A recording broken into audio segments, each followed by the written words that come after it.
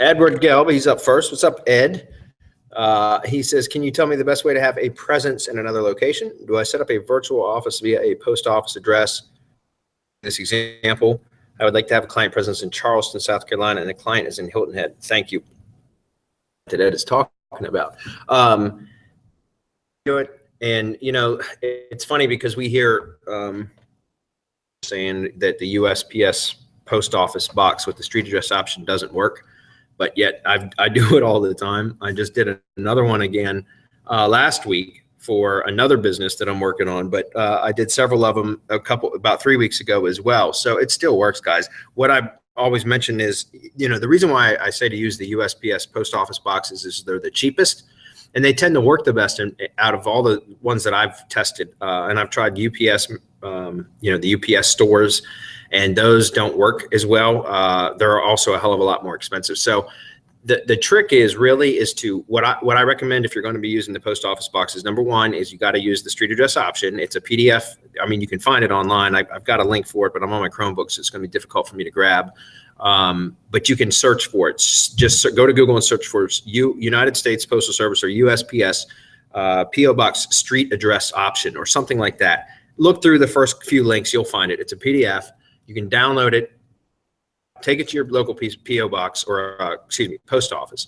When you go to run a PO box and you submit the form along with the payment and blah, blah, blah, and that's it. You can now use the street address of the actual post office, and then you get a box number. I do it because it works. The only problem occurs is if you try to register multiple PO boxes underneath the same profile. That can flag the account.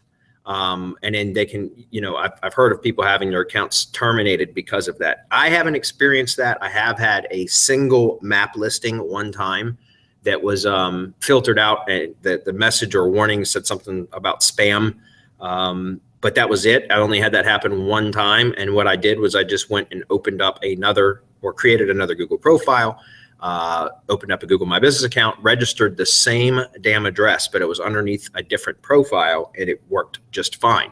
So I just want you to know that that's really the way to get around it, is if you're going to be using PO boxes, use a different Google profile, and then just add the main profile or the business, whoever the, you know, whatever, or yourself as a manager. You just want to add yourself as a page manager so that you can still access that location from the company's Google My Business dashboard, but the actual the owner, so to speak, in air quotes, is underneath a different Google profile. Does that make sense?